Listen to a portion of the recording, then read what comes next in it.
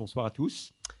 J'ai d'abord, avant de commencer ma présentation, qui va être relativement succincte comparée à mes confrères, vous expliquer un petit peu ce que c'est que Synergie. Aujourd'hui, Synergie, c'est un cluster, donc c'est une association de loi de 1901 qui regroupe les entreprises calédoniennes qui œuvrent dans 4 secteurs d'activité. Le premier, c'est la maîtrise de l'énergie, comme le disait Caroline en introduction de cette conférence.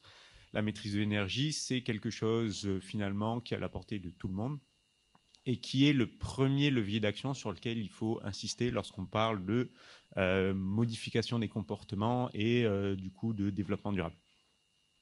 Le deuxième axe sur lequel Synergie travaille, c'est la production d'énergie renouvelable, qui est un petit peu, on va dire, le fer de lance de l'actualité en ce moment, avec on le voit, énormément de projets qui sont portés sur le photovoltaïque notamment. Ensuite, le troisième sujet que l'on porte, c'est le solaire thermique. Le solaire thermique, c'est un terme un petit peu scientifique, mais grosso modo, ça veut dire la production d'eau chaude à partir du soleil. Ce qu'on retrouve du coup sur beaucoup de toits calédoniens, les chauffe-eau solaires. Ensuite, le dernier axe, c'est l'écomobilité, plus précisément au sein du cluster, l'électromobilité, à savoir les déplacements par le biais de véhicules électriques. Alors, pourquoi est-ce que ces entreprises qui, finalement, ont des périmètres d'action relativement différents se sont regroupées? C'était tout simplement pour favoriser la transition énergétique de la Nouvelle-Calédonie. On a d'abord démarré, effectivement, avec la partie production d'énergie renouvelable, puisqu'il y a quelques années, on n'avait pas de schéma directeur. Le schéma directeur dont faisait mention Caroline, du coup, qui a été adopté en 2016 et qui prévoit 100% de la distribution publique, donc les consommations des ménages, mais aussi des activités économiques autres que les mines et la métallurgie. Donc cet objectif de 100% de la distribution publique à l'horizon 2030 en énergie renouvelable devrait être atteint. On fait en sorte que on met tous les moyens possibles à notre disposition pour faire en sorte que ça arrive.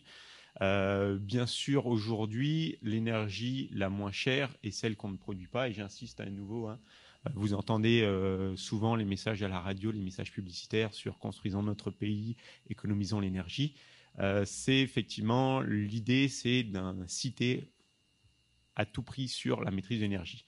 Ça n'empêche pas que sur les besoins qui nous restent, le développement des énergies renouvelables est aujourd'hui une priorité des différents gouvernements qui ont pu se succéder. L'idée, c'est que on par le biais non pas d'une seule énergie, parce que le photovoltaïque a malgré tout le vent en poupe, mais ce n'est pas pour cela qu'il faut partir bille en tête en se disant que c'est la solution à tout. On arrivera finalement à travailler sur l'indépendance énergétique de la Nouvelle-Calédonie et dans un premier temps de la distribution publique, qu'à partir du moment où on ne mettra pas tous nos œufs dans le même panier, donc on valorisera finalement un mix énergétique. Donc dans le mix énergétique de la Nouvelle-Calédonie, on a aujourd'hui l'hydraulique, qui est l'énergie finalement renouvelable qu'on a, qui est la plus ancienne sur le territoire, avec le barrage de Yaté et 2 autres petits barrages dont on a moins souvent parlé mais qui existent. Il faut savoir que normalement la production du barrage de Yaté va être à nouveau disponible en totalité sur la distribution publique dans les prochaines années, ce qui va faire bien sûr gagner en termes d'autonomie énergétique de la distribution publique toujours de manière importante. On a le photovoltaïque donc qui se développe très rapidement parce qu'aujourd'hui c'est en termes d'énergie produite à la sortie des centrales, l'énergie la moins chère. Pour vous donner un ordre d'idée, aujourd'hui, un particulier achète son kilowattheure à 32 francs. Il faut compter 35 francs si on ajoute les taxes qui viennent s'y ajouter.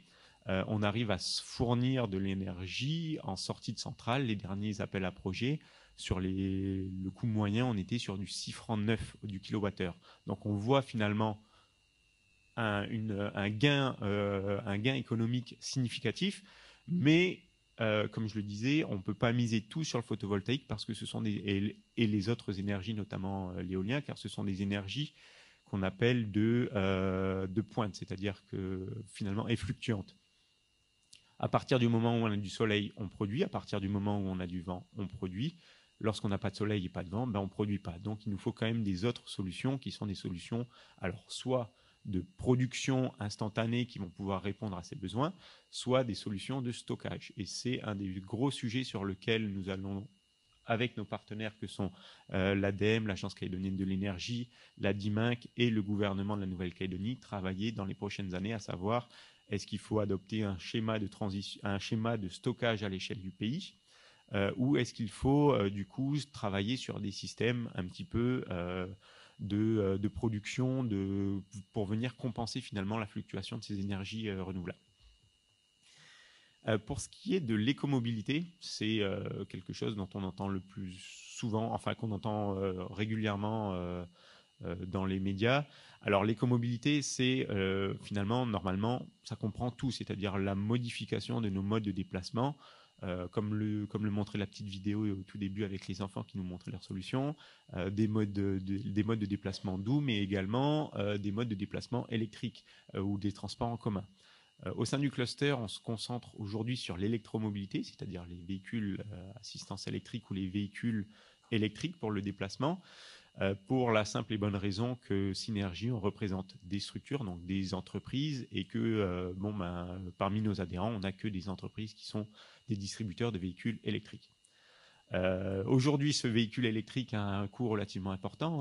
On est pour équivalent, si on prend l'équivalent d'une Clio, on est sur 2 fois le prix à l'investissement pour un véhicule complètement électrique, sachant que derrière, il y a aussi d'autres problématiques qui se posent, à savoir le fait qu'on a encore un réseau de distribution publique qui est très carboné, puisqu'on a produit principalement à partir de fioul lourd ou à partir de charbon, et qu'il y a aussi d'autres coûts d'investissement qui viennent s'ajouter, à savoir la borne de recharge et d'autres problématiques sur la partie traitement en fin de vie des déchets et aussi l'impact grise de ces véhicules. Ça n'empêche pas que, grosso modo, on participe, on va dire, en tant que partenaire. On n'est pas en opposition, mais on est plus en partenaire des politiques publiques sur la définition des des politiques publiques sur ces différentes thématiques-là.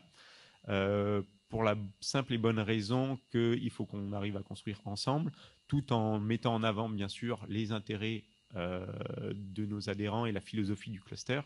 Mais c'est pas pour ça qu'il faut qu'on soit dans l'opposition bête et méchante. Bien au contraire, puisqu'on représente quand même des entreprises et donc, à un moment donné, on a aussi du poids vis-à-vis de ces politiques. Alors, je sais que ma présentation était du coup un petit peu décousue par rapport à ce qu'il y a eu précédemment. Je m'en excuse. Mais si vous avez des questions, n'hésitez pas. Juste pour information, Synergie, du coup, comme je le disais, aujourd'hui, c'est 45 entreprises qui adhèrent. Ça représente un chiffre d'affaires de 5 milliards si on s'attache uniquement aux 4 secteurs que l'on couvre, ce qui nous donne un petit peu, et plus de 900 emplois directs, ce qui nous donne voilà, un petit peu de poids lorsqu'on va taper à la porte de nos politiques, et on va devoir le faire très prochainement avec les élections provinciales qu'on a connues et les différentes institutions qui ont été modifiées. Mais ce sont finalement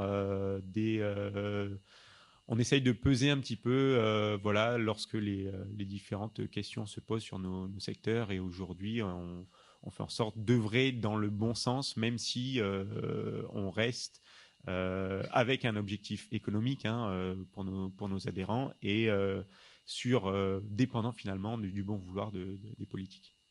Voilà, merci.